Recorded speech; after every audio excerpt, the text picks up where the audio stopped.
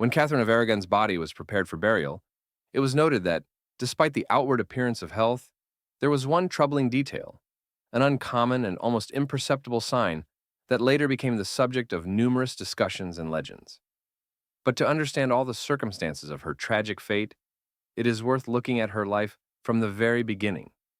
Catherine grew up in an environment that virtually predetermined her status and destiny. She was destined to become a ruler. But no scenario, no matter how prosperous it seemed, could have prepared her for the emotional anguish caused by betrayal and heartbreak that awaited her from the very person she was supposed to love and revere, her husband, King Henry VIII of England. Nevertheless, her life did not start as a tragedy. Catherine's childhood can be described as happy and noble because it was filled with care and education. Her parents, King Ferdinand and Queen Isabella of Spain, were a powerful couple, associated with strength and wisdom that united all of Spain at that time. The young princess was one of the most educated women in Europe. She learned many languages, including Spanish, Latin, French, and Greek, making her a polyglot. At the same time, her education was not limited to languages.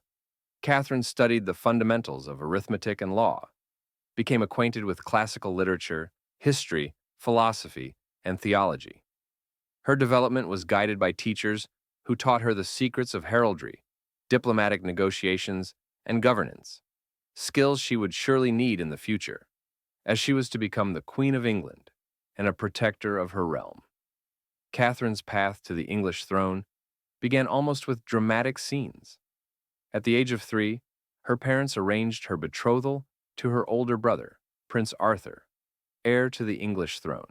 From an early age, it was clear that Catherine would become not only beautiful but also a very significant figure, as her appearance was distinguished by a special attractiveness.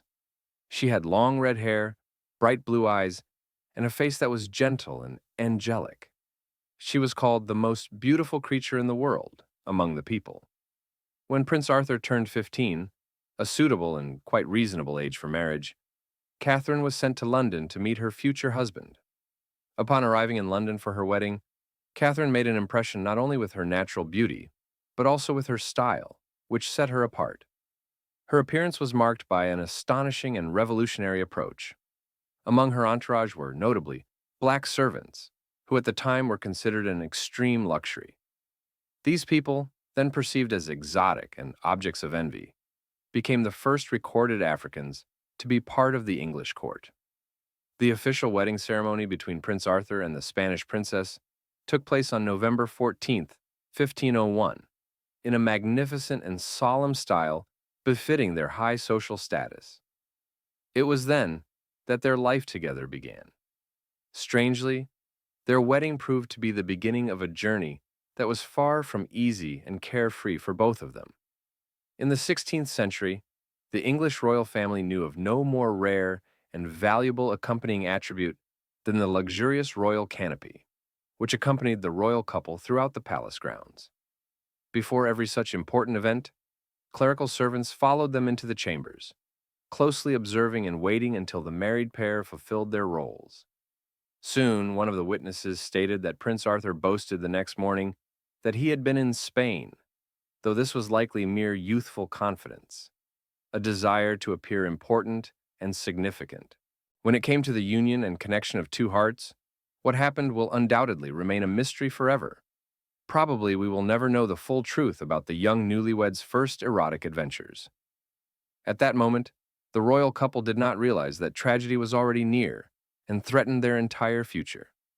Catherine of Aragon and Prince Arthur, who had begun their marriage near Wales, found themselves caught in circumstances that would soon change their destinies. In one of the rooms, a deadly disease raged, the sweating fever, which spread rapidly through the area, sparing no one. Both were terribly ill. They lay in hospitals, overwhelmed by high fever, their consciousness clouded, delirious, fighting for their lives. In the following days, Catherine desperately fought to survive, using her last strength to resist the illness, and barely managed to stay alive. However, despite this, she soon discovered that her young and seemingly healthy husband had not survived the ordeal. When she recovered and regained consciousness a few days later, she was informed that her newlywed husband had died. The drawn-out and tragic outcome seemed to have forever changed her fate. At only 16 years old, Catherine was left a widow, and her position became extremely unstable. Her future prospects were in jeopardy, as her father-in-law, King Henry VIII, was filled with anxiety about her future. The ruler, intent on keeping the right to control his daughter's fate and her dowry, strongly desired to bring Catherine back to Spain to rid himself of new obligations. His plans appeared quite harsh, even cruel. He wanted to marry her off to someone else entirely, which was highly inconvenient for the young widow. The next proposal was horrifying. The 55-year-old king wished to marry Catherine himself, considering her a suitable companion for himself. Part 3 of 11. However, the girl's parents were outraged. Their protests against the marriage to a man much older and seemingly less mature were so strong that the king was eventually forced to abandon his plan. In his place, another suitor was proposed, who inspired much greater confidence: the young and handsome Prince Henry, the future King Henry VII. This candidate was far more suitable than his predecessor in terms of age and status. Meanwhile, the wedding date was still postponed. The main reason for the delay was that Catherine was 5 years older than the growing Prince Henry, and their age difference could become an obstacle to quickly forming the alliance. However, the more significant barrier was due to an even more important reason: her father's sluggishness, as he was slowly and gradually transferring the remaining part of her dowry, which delayed the process. During this time, diplomatic relations between England and Spain continued to deteriorate, and many began to doubt that the marriage would ever take place. It was only when Henry reached the exact age of 14 that he was granted a say in the matter, and he categorically refused to marry the Spanish princess. Catherine had to be quick and resourceful to find a way to maintain her chances for the crown. Her father proposed an unexpected plan. Instead of an official wife, who could quickly become a political and diplomatic problem, Catherine was suggested to be made Spain's ambassador to England. This status made her the first woman in European history to hold such a diplomatic position, fundamentally changing the situation. This clever move worked. Catherine was able to stay in England at least for a short time, and her participation in the country's political affairs was preserved for a while. At the beginning of the 16th century, one man wondered whether he would be able to rekindle his love after 7 long years of separation. It was truly a difficult and long overcome test. Finally, on June 21st, 1509, King Henry officially consented to marry Catherine of Aragon. On that day, he became King of England, and Queen Catherine was crowned in a lavish ceremony with many grand rituals just a few days after his accession. At that moment, Henry was still a young man, only 17 years old, while Catherine was already 23. The marriage itself with Catherine was a truly scandalous event, as she had previously been married to Henry's brother Arthur, which added a layer of complexity to their union and made it far from straightforward. To legitimize such an unusual relationship, special permission had to be obtained from the Pope. As a result, the Pope agreed to their marriage, but only after Catherine assured him that she and her former husband Arthur had never engaged in a sexual union. It is quite possible that these words were true, but this first marriage would later become the source of numerous troubles and problems for Catherine. At that time, Henry was a strikingly red-haired, courageous, and energetic young man, passionately in love with hunting and simultaneously interested in humanism, respect for education, and enlightenment. Just a few months after their marriage and the solemn coronation, Catherine was horrified to learn that she was pregnant. Soon, after 5 months, she tragically experienced a premature labor and gave birth to a stillborn girl. This event was a heavy blow to the young spouses. However, fate once again smiled upon the royal couple. Catherine became pregnant again, and this time, everything went differently. As a result, a healthy boy was born, whom they named Henry after his father. When the baby was a few days old, he opened his eyes to the world and, noticing that before him was a living child, a boy, the young king and queen sighed with relief. But happiness did not last long. After only 52 days of life, the child passed away, leaving the young parents in deep grief. Despite these sorrowful trials and hardships, King Henry VII endowed Catherine with nearly unprecedented political power. He made her his regent while he set out on a campaign in France. During this time, neighboring Scotland sensed England's vulnerability and intensified their assaults, beginning invasions. At this critical moment, Scotland believed that Catherine, as a woman and ruler, could become a weak link.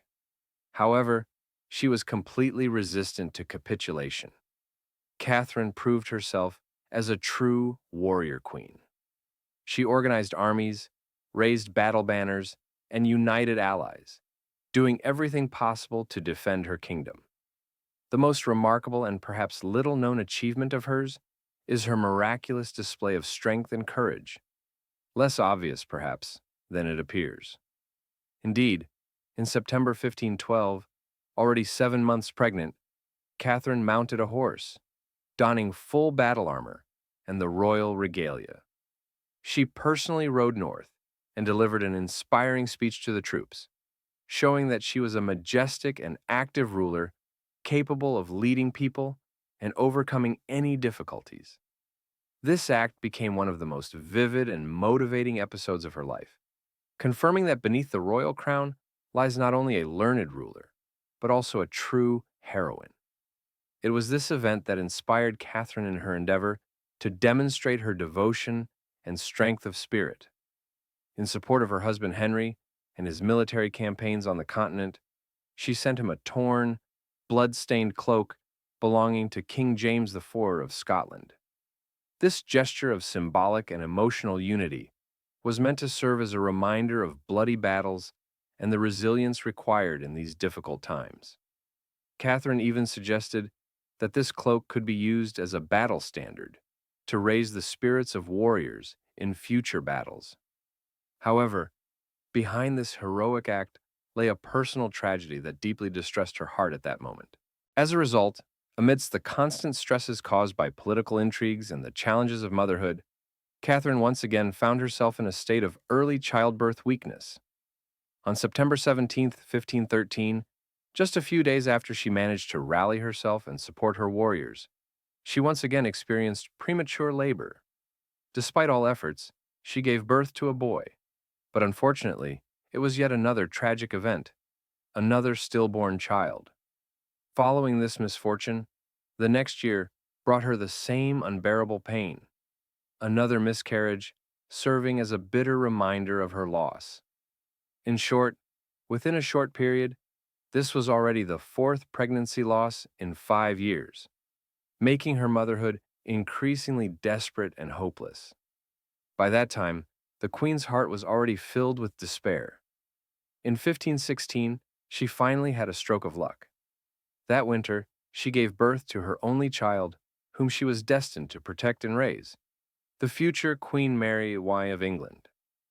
After so many years of struggle and failure, when it seemed her chance to become a mother was forever lost, the news of her daughter's birth should have been a victory and a source of joy. But despite this happy moment, King Henry VIII remained somewhat dissatisfied. Instead of rejoicing in new life, he increasingly turned away from Catherine, preferring new entertainments and affairs. He more and more looked towards his new mistress, Bessie Blount, despite the fact that Catherine, it seemed, tolerated most of his romances. This case was an exception, which seemingly drove her to madness. It was because of this liaison that Henry engaged in a love affair with Blount for 3 long years. And the most terrible thing, a healthy boy was born to them, who became his illegitimate son, Henry Fitzroy. Why did Catherine experience so many failed pregnancies?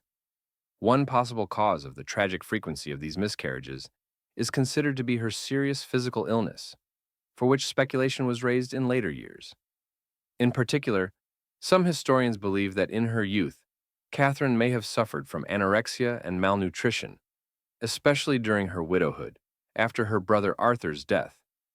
At that time, instability, poverty, and constant unrest made her body vulnerable, causing frequent illnesses and a gloomy disposition, which could in turn have affected her reproductive function. Thus, although Catherine faced numerous fertility issues, with some estimates suggesting she had approximately 9 pregnancies, with only one resulting in a full-term birth. Her physiological condition was likely much worse than previously assumed. Debates about the exact number of her pregnancies and miscarriages continue to this day. However, the highest estimates suggest there could have been 9, with only one of these resulting in a child who survived to adulthood and became her heir, Mary E. In 1511, Henry provoked an international scandal related to his affair with Catherine and his awkward attempt to express his passion, which backfired, causing uncomfortable public gossip and laughter. At that time, a mutual agreement was made between Henry and the King of France. They decided not to shave their beards until they met in person. This unusual alliance was intended to emphasize the importance of their upcoming meeting and to strengthen the friendship between two great nations. Catherine disapproved of her husband's untidy and somewhat careless appearance, and strongly advised him to remove his beard to look more neat and dignified. Henry reluctantly obeyed her request, but it became a source of genuine regret for him. This act sparked a scandal in France, as it seemed that the King of England was turning away from his French allies, neglecting their traditions and feelings, and acting against the common understanding of dignity and monarchical decorum. Fortunately, the tension soon subsided, and the French king's mother publicly declared that love is not measured by the thickness of a beard or the neatness of appearance, but lies much deeper, in the hearts and true feelings. If only the drama between Catherine and Henry could have been resolved in such a diplomatic and peaceful manner, without any male pride or personal ambitions. Unfortunately, however, the situation proved more complex. The relationship between the spouses gradually deteriorated, and in 1522, Catherine made a fateful mistake by hiring as one of her ladies-in-waiting a close friend named Anne Boleyn. This decision marked a new turn in their destiny, as Anne herself posed a double threat to the crown. Her captivating and almost hypnotic beauty left Henry indifferent. She persistently refused to sleep with the king without an engagement ring, which greatly intensified his passion for her and his desire to win her heart at any cost. At the same time, there was something else he craved to obtain. The English queen was no longer of an age to give her husband an heir capable of continuing his lineage, whereas Anne was 11 years younger than Henry and had every chance to become the woman who could give him a male heir, the most important task for any ruler seeking to ensure succession and stability. It was this very desire that drove the king to find reasons and excuses to get rid of Catherine. He increasingly began to believe that their marriage was founded by fate, as he claimed they had supposedly violated God's law by marrying the widow of his brother. Catherine was devastated by this relationship. She deeply suffered from Henry's attempts to deny their marriage. She knew she was rightfully the Queen of England. At the very beginning of her reign, she boldly entered Scotland as the head of state, believing herself worthy of the royal honor. She also swore until the day of her death that during their first union, she had not consummated her marriage with Arthur. Her marriage and the heir promised from him remained a pure story to her, a symbol of her fidelity and dignity. Henry VII, caught in political and religious complexities, understood that the disagreement with Catherine was not only a family matter, but also a significant political puzzle, incredibly difficult to untangle. Initially, he tried to persuade his wife to reconcile and accept a monastic life, offering her to enter a monastery where she could spend her remaining days in peace and tranquility, finding rest in monastic confinement. But Catherine's response became legendary for its bitter and unwavering resolve.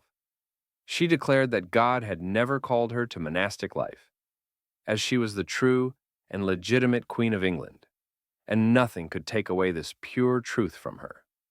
Thus began the long and complicated process of annulment of Henry and Catherine's marriage, which became one of the greatest legal and moral trials for the king. This dispute dragged on for years, turning into a genuine internal drama that ultimately could have sparked revolutionary change.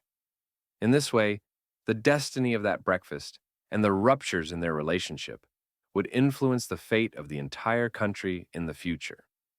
As Henry VIII, stepping into the role of head of the Church of England, annulled his own marriage and launched the so-called English Reformation, which ultimately led to radical changes in the country's religious life. However, few know the heavy personal price that had to be paid by the woman whose heart was tied to the king, Catherine. In July 1530, Henry left his wife during a hunt and never returned.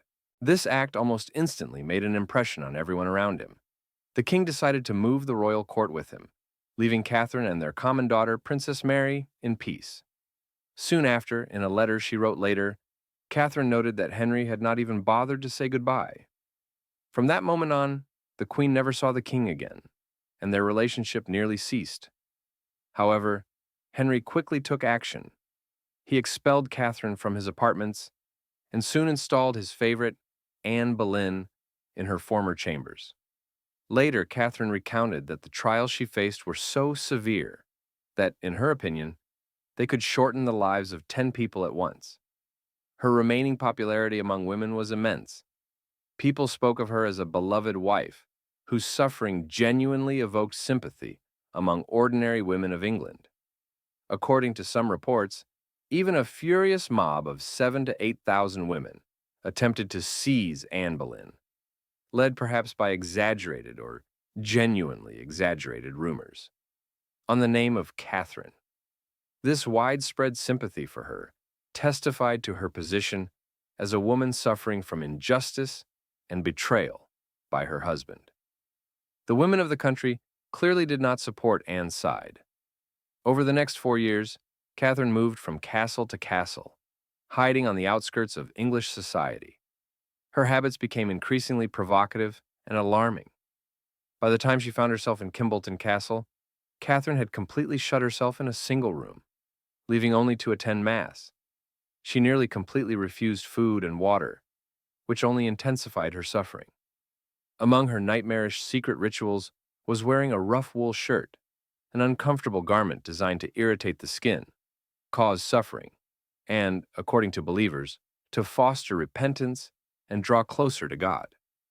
The question of the reason for such self-flagellation remained open. When Henry expelled Catherine from the castle, he simultaneously deprived her of the chance to see or even speak with their only daughter, Princess Mary. This gesture seemed particularly cruel to her, as a mother could not bear the thought of being separated from her beloved child. In reality, for her sake, Catherine even risked facing charges of treason and secretly sent letters to Mary, hoping to maintain contact. Henry, on his part, regularly sent her intrusive letters with complaints, reproaching and extorting her acknowledgement of Anne Boleyn as the true queen. Sometimes, in his attempts to get his way, the English king resorted to more immoral and cunning methods. In his letters, he shamelessly offered his wife and their mutual daughter Mary the best living conditions and a more comfortable existence if they agreed to his demands. But Catherine firmly and steadfastly rejected such tactics, which undoubtedly greatly troubled the king and his new wife. Among the astonishing facts that caused particular surprise was that, from the moment of her appearance on the English stage, the country's population indifferent to her qualities, and she garnered the love and respect of the English people. Even her enemies, notably the royal advisor Thomas Cromwell, were forced to admit that, if it were not for her gender, she possessed qualities of a true heroine, capable of resisting any trials of history. In this regard, it is clear that Catherine was an extraordinary woman, strong, determined, and resilient. Despite the pressure and ongoing succession of crisis situations related to her status, she never ceased to claim that she was the true Queen of England. Moreover, she demanded that her servants address her with full dignity and respect, speaking of her with her legitimate and deserved title.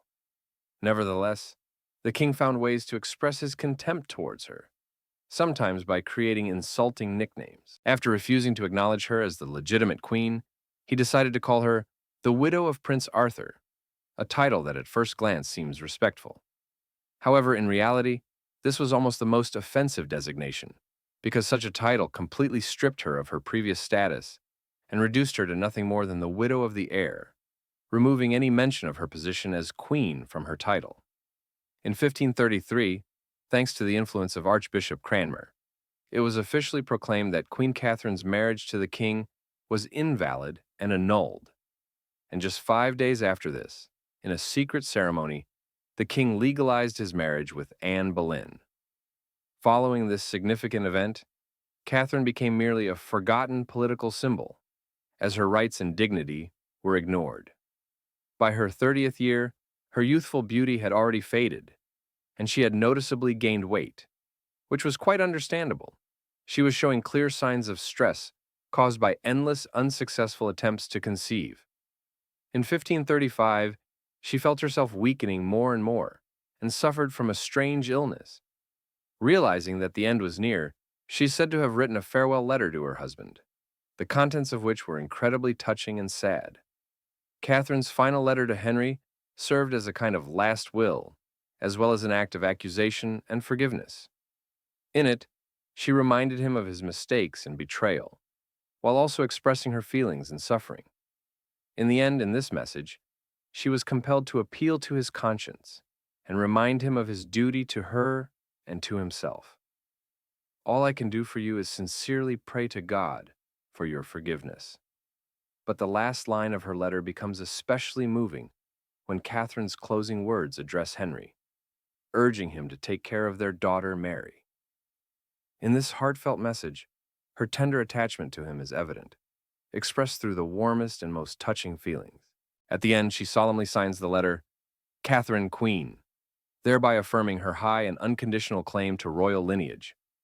By 42 years old in 1535, Catherine found herself on the verge of death. A severe illness had overtaken her. In this difficult moment, despite King Henry's ban on his supporters visiting her, her best friend, Maria de Salinas, refused to leave her alone in this final struggle for life. She even was willing to risk everything. After nearly 6 miles on horseback, she hurried to her friend to share this terrible hour, not allowing her to go into darkness alone. Then, Maria devised a very clever plan. She lied to the guards, claiming to have lost the documents granting her entry. This cunning trick worked, and thanks to it, Maria was able to guide her closest and dearest friend into eternal peace. Catherine died at Kimbleton Castle after an unusual and mysterious illness. Soon after her death, in the 24th year of her life, namely in 1536, various legends began to circulate about her. At that time, while preparing her body for burial, an experienced embalmer worked on the corpse. He noticed that despite the complete preservation of her appearance and the good condition of her body, Catherine's heart was already dead. It had turned black. This strange and unsettling fact gave rise to numerous rumors among those who remained loyal to her memory, as well as among the detractors of King Henry and his new wife, Anne Boleyn. Some began whispering that poisoning was the cause of her death and that the royal couple might have been involved in a cunning conspiracy against her. Soon after her burial, on the day of her death, Anne Boleyn suffered a miscarriage. What was most surprising and added to the mystery was that Catherine's death remained shrouded in darkness and many uncertainties at that time. The funeral ceremonies were conducted with special solemnity. During the preparation of her body for the final journey, she was buried with honors. Yet many who heard about her strange illness and mysterious sickness questioned, what truly happened? It soon became known that Catherine's body was in remarkably good condition, except for her heart. Observers who noticed this fact began to speculate and spread rumors that the queen might have been poisoned before her death and that she could have been cursed with a sinister spell. Among those who believed in her innocence and dreamed of justice, there was a version that Catherine's death could have been the result of an unprecedented intrigue and malicious intent. However, many modern historians hold a more rational view, believing that instead of causing harm or expressing malevolence, Catherine died of a heart cancer, which can sometimes turn an organ into a dark, almost black source. Considering the circumstances in which Catherine found herself and her status as queen, death from a broken heart would not only be tragic, but also a quite poetic ending. It is said that the ghost of Catherine of Aragon sometimes appears in Lodge Castle, the place where the young bride spent her short but eventful life after her marriage to Arthur, Prince of Wales. Visitors report seeing the ghost of a 19-year-old girl dressed in period-appropriate evening or morning clothes, as if she's floating through the corridors in the nursery. Perhaps, for some profound reason, she continues to haunt those places where she once could hope for a brighter future. Likely, she longs to return to the more vivid and hopeful times she dreamt of. Catherine was married to Henry for a full 23 years, 11 months, and 19 days, making her the longest serving among Henry VIII's 6 queens. Her long marriage and stability leave a positive impression of her fate. After all, she died of natural causes, in the privacy of her bed, without painful suffering or tragic events. One could even say that her fate was more fortunate compared to many other women in similar circumstances. Thank you for your attention to this story. I hope you enjoyed it and found it interesting. Please continue to stay curious and keep exploring new historical stories and facts to enrich your knowledge of the past.